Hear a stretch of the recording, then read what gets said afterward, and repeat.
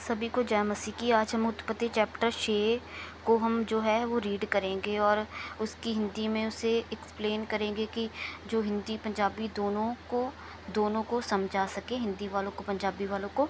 और मेरा विश्वास है कि जो जन इस वीडियो को देखेगा सुनेगा वो ब्लेस आशीषित होगा, हील होगा प्रभु यीशु मसीह के सामर्थी नाम में। आमीन आमीन। ਮਨੁੱਖ ਦੀ ਦੁਸ਼ਟਤਾ। ਜਦੋਂ ਮਨੁੱਖ ਸਾਰੀ ਧਰਤੀ 'ਤੇ ਫੈਲ ਗਏ ਤਾਂ ਉਹਨਾਂ ਦੇ ਘਰ ਧੀਆਂ ਨੇ ਜਨਮ ਲਏ। ਤਦ ਦੈਵੀ ਪੁੱਤਰਾਂ ਨੇ ਮਨੁੱਖੀ ਧੀਆਂ ਨੂੰ ਦੇਖਿਆ ਜੋ ਸੁੰਦਰ ਸਨ। ਇਸ ਲਈ ਉਹਨਾਂ ਨੇ ਆਪਣੇ ਮਨ ਪਸੰਦ ਅਨੁਸਾਰ ਉਹਨਾਂ ਵਿੱਚੋਂ ਆਪਣੇ ਲਈ ਪਤਨੀਆਂ ਚੁਣੀਆਂ। ਪ੍ਰਭੂ ਨੇ ਕਿਹਾ, ਮੇਰਾ ਆਤਮਾ ਮਨੁੱਖ ਦੇ ਨਾਲ ਹਮੇਸ਼ਾ ਨਹੀਂ ਰਹੇਗਾ, ਕਿਉਂਕਿ ਇਹ ਕੇਵਲ ਸਰੀਰ ਹੈ। ਮਨੁੱਖ ਹੁਣ ਕੇਵਲ 120 ਸਾਲਾਂ ਤੱਕ ਜਿਉਂਦਾ ਰਹੇਗਾ। ਉਹਨਾਂ ਦਿਨਾਂ ਵਿੱਚ ਉੱਥੇ ਦੈਤ ਰਹਿੰਦੇ ਸਨ ਜੋ ਦੈਵੀ ਪੁੱਤਰਾਂ ਦੇ ਮਨੁੱਖੀ ਧੀਆਂ ਨਾਲ ਸੰਗ ਕਰਨ ਤੋਂ ਪੈਦਾ ਹੋਏ ਸਨ। ਉਹ ਸਦੀਆਂ ਪਹਿਲਾਂ ਪ੍ਰਸਿੱਧ ਸੂਰਵੀਰ ਰਹਿ ਚੁੱਕੇ ਸਨ। सो परमेश्वर ने जो था वो जब जो मनुष्य था वो सारी धरती पर वो फैल गया था।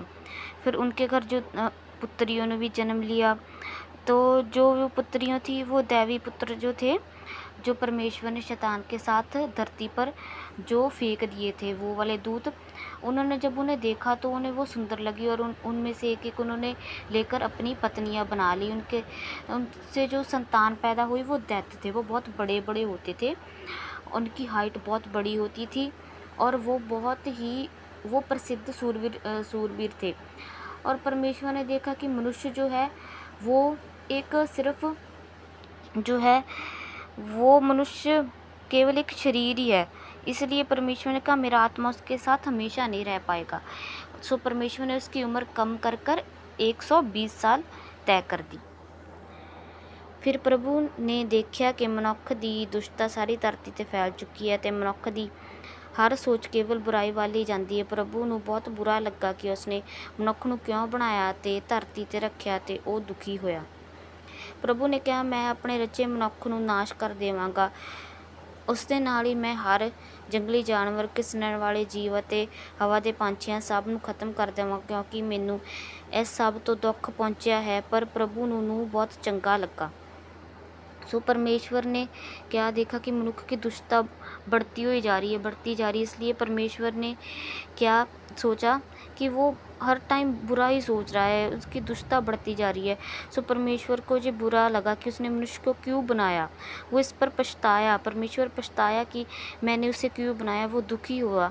इसलिए उसने अब परमेश्वर ने तय कर लिया था कि वो अपने रचे हुए मनुष्य को नाश कर देगा। सभी जानवरों को, जीव जंतुओं, पंछियों को, सभी को ख़त्म कर देगा। पर उन सब में से जो नूह था, परमेश्वर को बहुत अच्छा लगा था। ਨੂਹ ਦੇ ਵੰਸ਼ ਦਾ ਲਿਖਾ ਇਸ ਤਰ੍ਹਾਂ ਨਾਲ ਹੈ। ਨੂਹ ਇੱਕ ਕਲ ਮਨੁੱਖ ਸੀ। ਉਹ ਆਪਣੇ ਲੋਕਾਂ ਵਿੱਚ ਨੈ ਕਲੰਕਕ ਸੀ।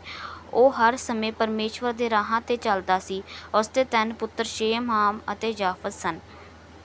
जो नूह था वो नए कलंकक एक इंसान था। वो हर समय परमेश्वर के राहों पर चलता था।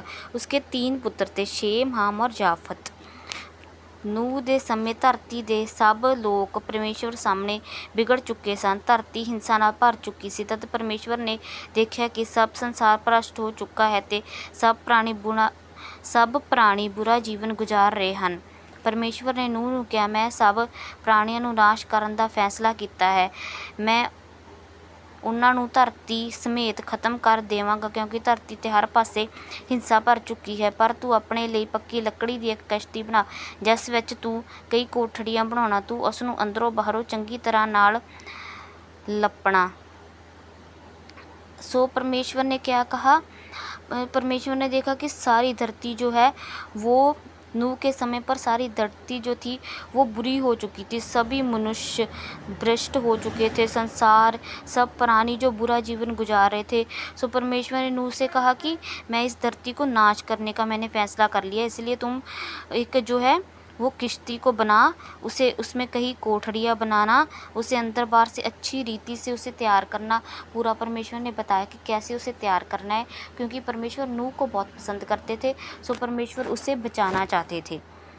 तू इस दी लंबाई 133 मीटर, चौड़ाई 22 मीटर ਤੇ ਉਚਾਈ 13 ਮੀਟਰ ਰੱਖਣਾ। ਉਸ ਦੀ ਛੱਤ ਵਿੱਚ ਇੱਕ ਮਘੋਰਾ ਰੱਖਣਾ, ਜਿਸ ਨੂੰ ਤੂੰ ਅਸਲੀ ਛੱਤ ਤੋਂ 44 ਮੀਟਰ ਉੱਚਾ ਕਰਕੇ ਢਕੀ। ਉਸ ਦੇ ਬੂਹੇ ਅੰਦਰ ਵੀ ਬੂਹੇ ਦੀ ਵੱਲ ਖੁੱਲ੍ਹਣ ਅਤੇ ਤੂੰ ਉਸ ਦੀਆਂ 3 ਮੰਜ਼ਲਾਂ ਰੱਖਣਾ। ਉਸ ਦੇ ਬੂਹੇ ਅੰਦਰ ਦੀ ਵੱਲ ਖੁੱਲ੍ਹਣ ਅਤੇ ਉਸ ਦੀਆਂ 3 ਮੰਜ਼ਲਾਂ ਰੱਖਣਾ। ਮੈਂ ਇਸ ਧਰਤੀ 'ਤੇ ਹੜ੍ਹ ਲਿਆਵਾਂਗਾ ਜਿਸ ਨਾਲ ਸਭ ਧਰਤੀ ਵਾਸੀ ਨਾਸ਼ ਹੋ ਜਾਣਗੇ। ਤਦ ਧਰਤੀ ਦੇ ਸਭ ਪ੍ਰਾਣੀ ਮਰ ਜਾਣਗੇ, ਪਰ मैं तेरे नाल अपना नेम बन्नागा। सो परमेश्वर ने तद नूह से कहा कि तू ऐसे ऐसे इसे बनाना, इतने मीटर उसे ऊंचा बनाना, ऐसे करना, उसके ऊपर एक जो है अंदर को उसके जो दरवाजे वो खुलने चाहिए, सभी उसको बता दिया कैसे बनाना है।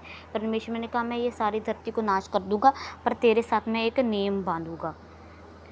तू अपने पूरे टब्बर समेत अर्थात अपनी पत्नी, अपने पुत्र, अपनियां पत्नियां ਪੁੱਤਰਾਂ ਅਤੇ ਉਹਨਾਂ ਦੀਆਂ ਪਤਨੀਆਂ ਨਾਲ ਕਿਸ਼ਤੀ ਵਿੱਚ ਜਾਣਾ। ਤੂੰ ਆਪਣੇ ਨਾਲ ਹਰ ਜਾਨਵਰ ਦਾ ਇੱਕ ਇੱਕ ਜੋੜਾ ਕਿਸ਼ਤੀ ਵਿੱਚ ਲੈ ਜਾਣਾ ਕਿ ਉਹ ਜਿਉਂਦੇ ਰਹਿਣ, ਉਹ ਨਰ ਅਤੇ ਮਾਦਾ ਹੋਣ। ਤੇਰਾ ਨਾਲ ਹਵਾ ਦੇ ਪੰਛੀਆਂ ਦੀ ਹਰ ਕਿਸਮ ਦਾ ਇੱਕ ਇੱਕ ਜੋੜਾ, ਜਾਨਵਰਾਂ ਦੀ ਹਰ ਕਿਸਮ ਦਾ ਇੱਕ ਇੱਕ ਜੋੜਾ ਅਤੇ ਧਰਤੀ 'ਤੇ ਘਿਸਰਨ ਵਾਲੇ ਜਾਨਵਰਾਂ ਦਾ ਇੱਕ ਇੱਕ ਜੋੜਾ ਕਿਸ਼ਤੀ ਦੇ ਅੰਦਰ ਜਾਣ।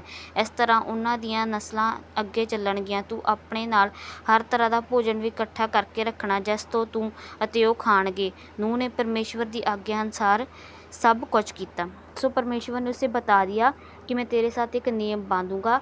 तू, तेरे पुत्र, पत्नी और उनकी पत्नियाँ, सारे जानवरों का एक एक जोड़ा, नर मादा, तू जानवरों का, पंछियों का और सारे घिसरन वाले जानवर जो हैं उनका सभी एक एक जोड़ा जो है वो अंदर ले जाना। सभी प्रकार के फल और वो भी ले जाना खाने के लिए। इस प्रकार से उनकी नस्लें आगे चलेंगी। सो जो जो परमेश्वर ने उसे बताया उसी प्रकार नूह ने सब कुछ किया और परमेश्वर की आज्ञा का पालन किया और उसने वो किश्ती बनाई और वो सारे जानवर और आप उस किश्ती में चला गया। सब परमेश्वर की आज्ञा के अनुसार उसने किया। सो इस वीडियो में हमने क्या देखा कि जो नूह था वो परमेश्वर की आज्ञा पर चलता था, परमेश्वर के साथ चलता था, जैसे परमेश्वर उसे कहते थे वो करता था। इतनी भ्रष्ट हो चुकी दुनिया में भी वो जो था, जो परमेश्वर के साथ चल रहा था और उसकी हर आज्ञा का वो पालन कर रहा था। सो हमें भी परमेश्वर की आज्ञा का पालन करना है। इसी वीडियो में इतना ही। तब तक के लिए सबको जय मसीह की। God bless you. आमीन।